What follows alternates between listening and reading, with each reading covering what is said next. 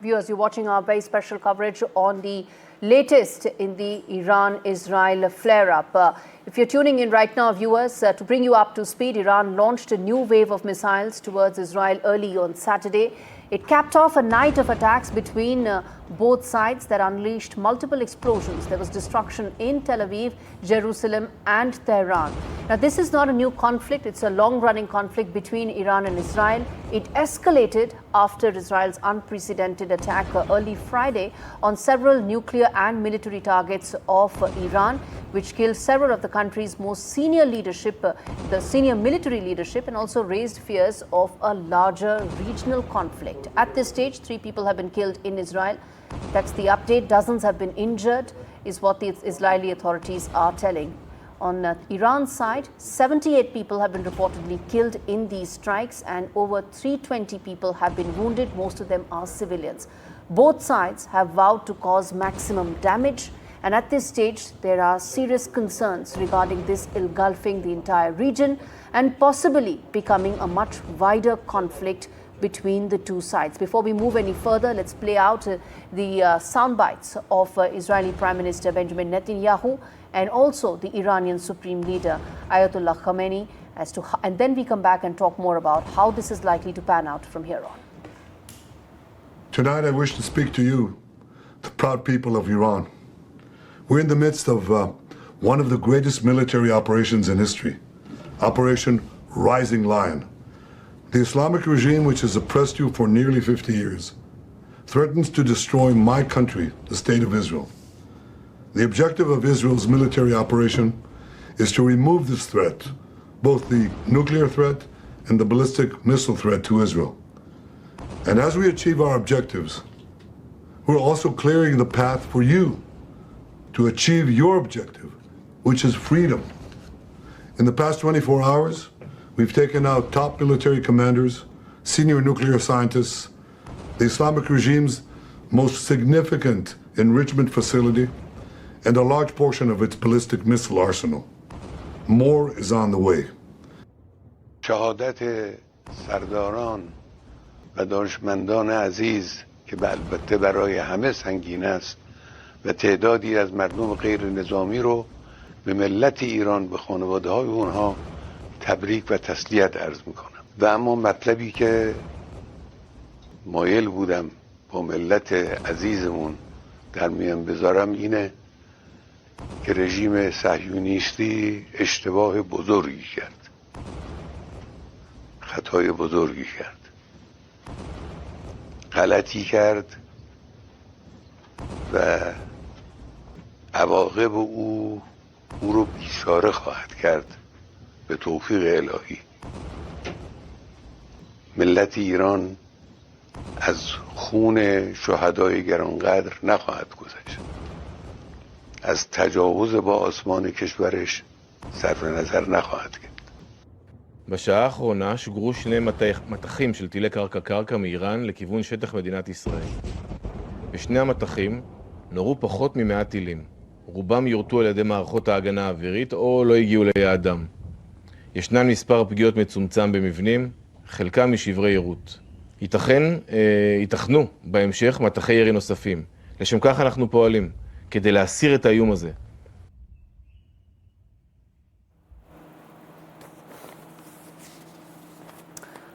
All right, viewers, those were the important sound bites that we played out for you. Israeli, Iranian side, and also the IDF spokesperson talking about the exact hits that have taken place and the kind of damage that has been inflicted. And remember, both sides have vowed to continue inflicting maximum damage till they feel their objectives are met. Before we get in our guests to decode this in detail, I want to first tell you, viewers joining in right now, where exactly have those hits taken place? Let's put that out. First, of course, is where all has Israel hit Iran, which started this entire thing on Friday early morning. Those are the exact locations where Israel has targeted Iranian nuclear facilities that have been targeted, that you can see at several of those locations. So it started, and the objective essentially was that Iran is moving ahead with its nuclear capabilities. IAEA has said that there is no confirmation whether it is only for civilian use or whether the possibility of a nuclear military use exists or not. In the backdrop of that and no progress on nuclear talks, Israel went ahead with those unprecedented attacks, and this map shows exactly where all were those attacks taken place. Let's move ahead and now tell you which are the places where Israel's cities were attacked by Iran. We have that map. Let's put that out as well, that what were the Iranian attacks that came out in retaliation on Israeli cities. That shows the strikes that were made by Iran in retaliation to the unprecedented Israeli strikes on its both military and nuclear establishment. On several of those places, Haifa, an important port town, then there is Tel Aviv, Ashdod, and several others, Jerusalem as well, that has been hit by those multiple Iranian attacks that have taken place in response to the Israeli attacks that started early Friday morning. At this stage, we've brought you up to speed with the fact that those attacks are still happening and they continue. And which is why I now want to bring in our guest joining us this afternoon to talk more about what this means and whether there could be any let-up whatsoever or not. We have a guest joining us from Israel, Mr. Levi, who's a senior journalist, Professor Hanafi, who from the American University of Beirut, Dr. Izadi from the University of Tehran, and Brahmachelani as well joining us, who's a strategic affairs expert. Let's get our guests on the screens, and let me start with you, Mr. Levi, in terms of things unfolding right now. They look like there is no let-up likely, given the fact that Iran has on multiple occasions said that they are going to retaliate with their full might. Let's get in Levi first to respond, and then we get in some of the others as well. Yeah. Unmute yourself, sir.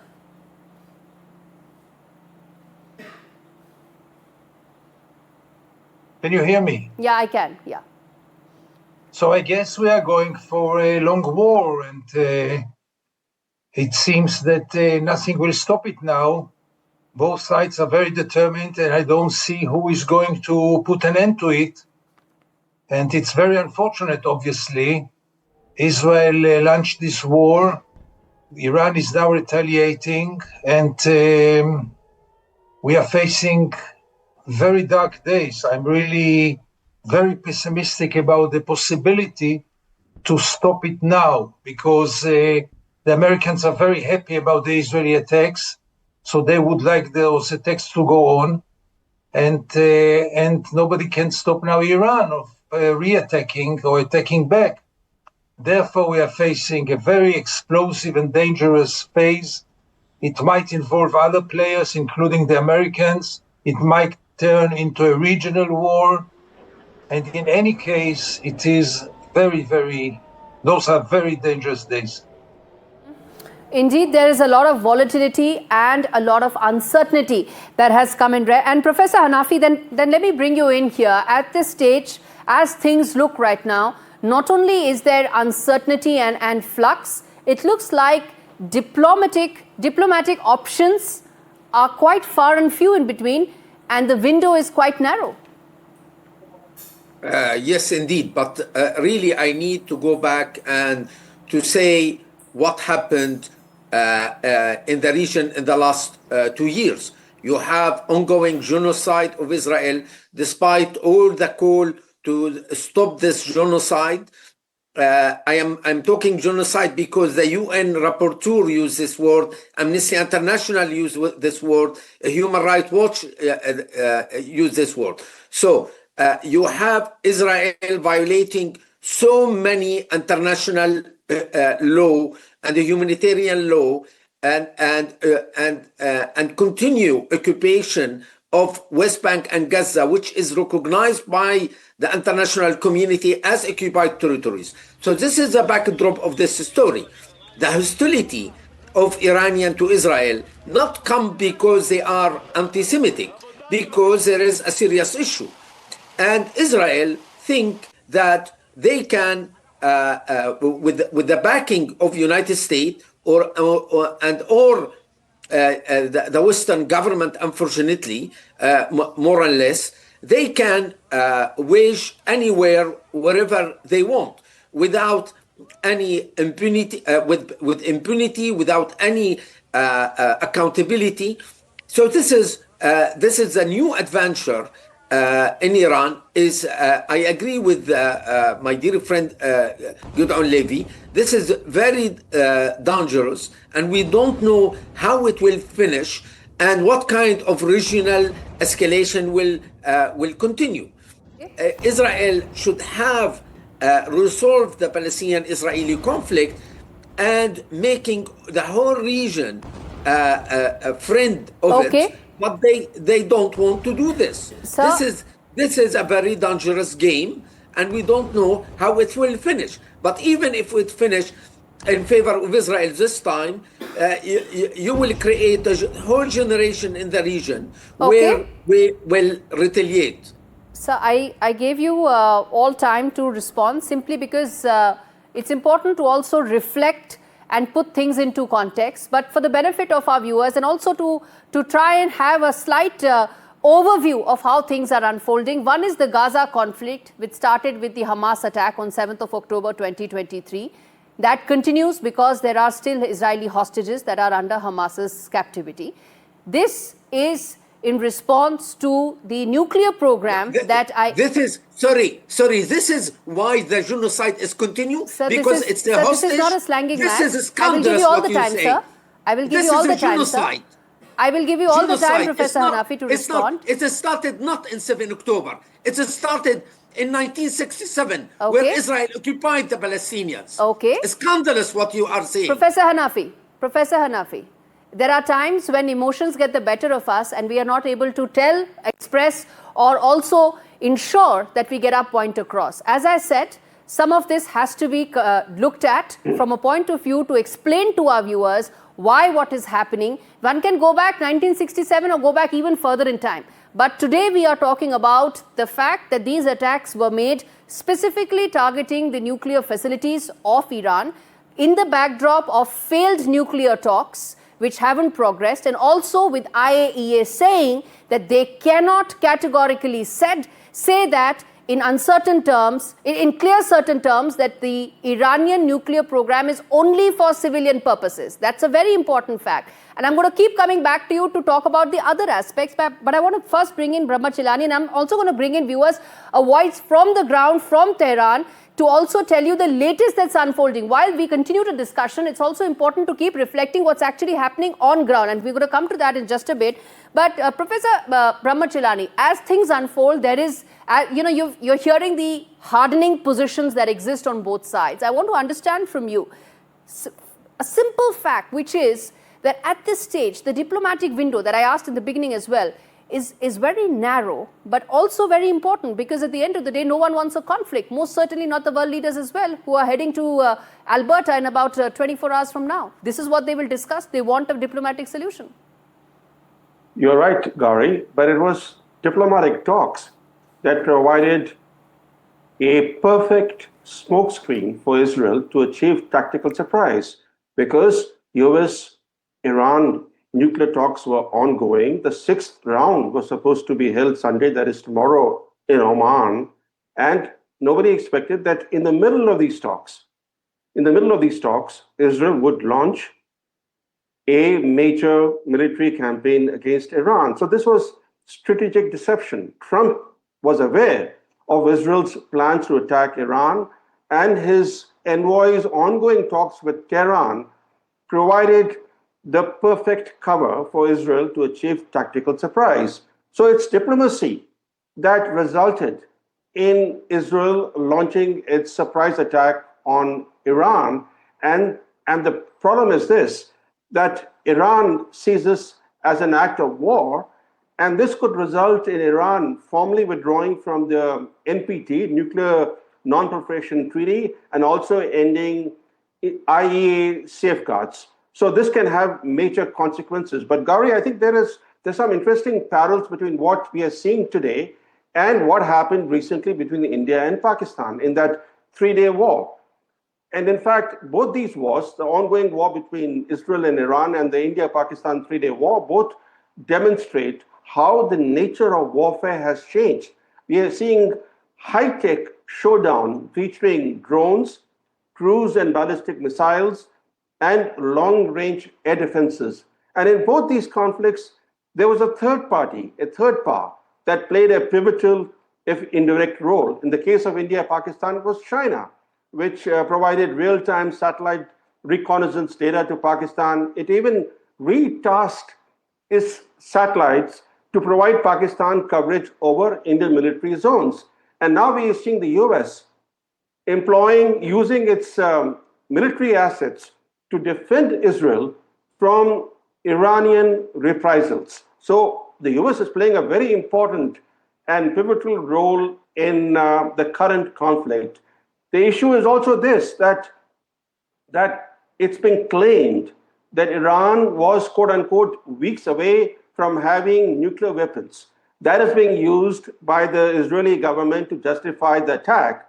But the US intelligence, including the Director of National Intelligence, Tulsi Gabbard, just 2-3 months ago said during a Senate committee meeting that Iran is not building a nuclear weapon. And in fact, she went on to say that Ayatollah Khamenei has not authorized the nuclear weapons program that he suspended way back in 2003. So what Israel is saying to justify the attack and what US intelligence has publicly said, there's a great divergence. But as Mr. Levy, your guest, points out, the dark days ahead. The dark days ahead because Israel has initiated this war, but it cannot control the outcome of this conflict. It doesn't know what the outcome will be. Professor Chilani, just hold your thoughts there, because I want to first now go back. As I said, we're going to try and get exactly details that are happening on ground. While we continue this conversation, viewers, I want to now get in Mohammad Khatibi, who is joining us from Tehran, to talk to us about how things are unfolding there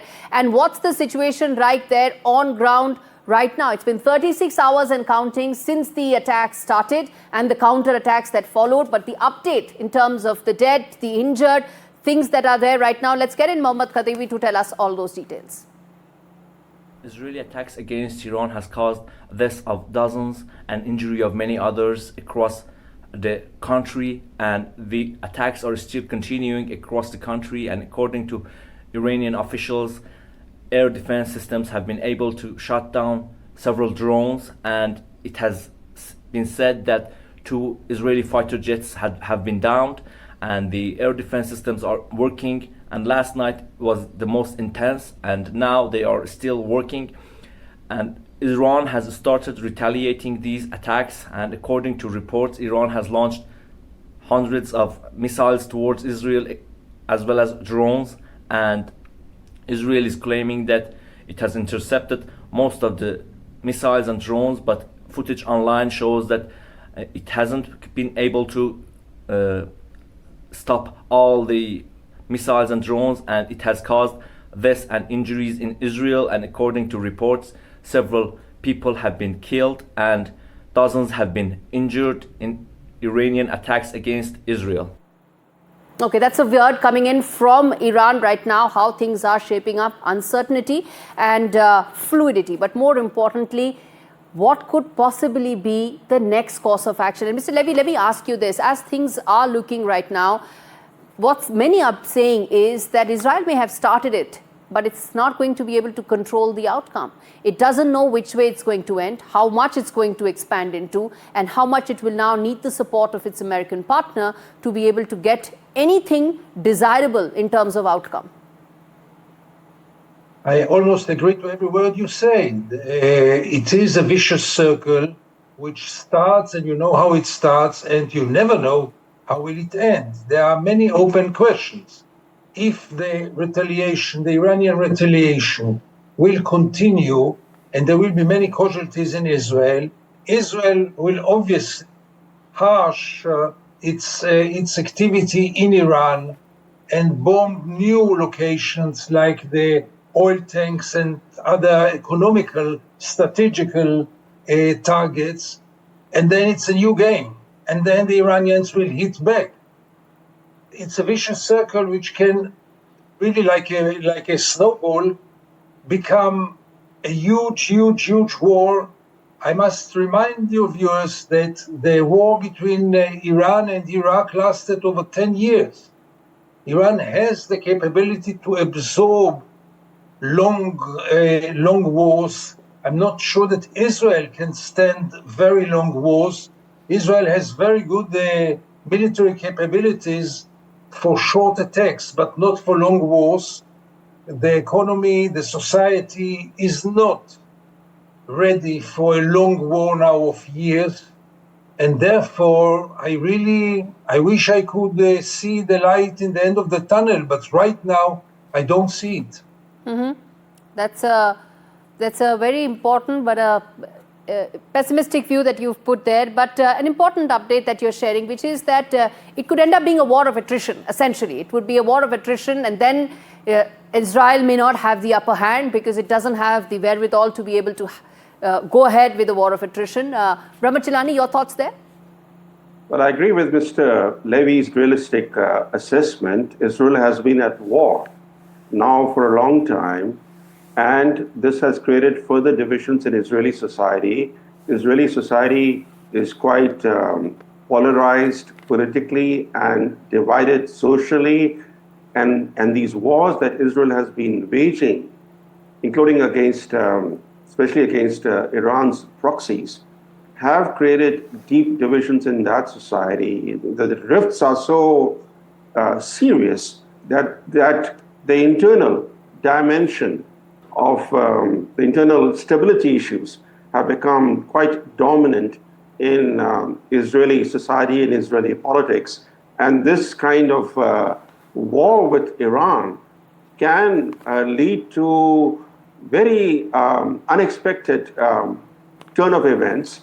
And as Mr. Levy pointed out, that in the first round, the Israeli targets were Iran's nuclear facilities, but as American newspapers are reporting, that despite the attack on Natanz and a couple of other sites, Iran's nuclear program is largely intact because Iran's nuclear program is pretty geographically spread out, and it will not be easy for Israel to target each and every facility and destroy it. In fact, Israel has opened itself to attacks on its nuclear facilities.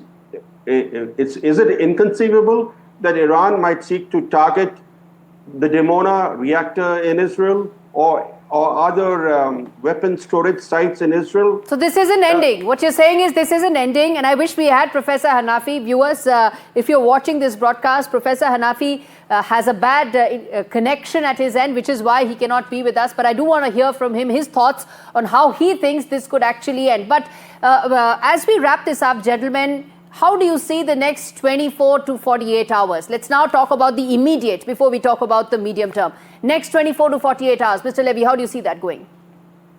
So let me tell you about the last 12 hours. I ran to the shelters 3 times throughout the night. It was night here. And you saw the fatigue of the people, and you saw the certain fear, no panic. But I was asking myself, okay, 1 day, 2 days, 1 week, 3 weeks, 2 weeks, how long can those people run 3 times a night to the shelter? I don't compare it by all means to the suffer of the people in Gaza who don't possess even one shelter. But everyone thinks about himself. So I was thinking about my fellow Israelis. Can they really take it for many, many weeks now? The coming days will be similar to the last day. There is no one to stop both parties. Indeed. They will continue and we will continue. All right, time is running out quite literally. I have to wrap this up. Thank you so much, gentlemen, for joining me on this special edition where we focus on the Middle East. Viewers, as we wrap this up, time really is running out. And at the end of the day, conflict needs to be resolved diplomatically. What are those options? World leaders need to now think of. At this stage, the conflict on ground continues. Uncertainty and fluidity remains. Thank you so much for watching this special edition.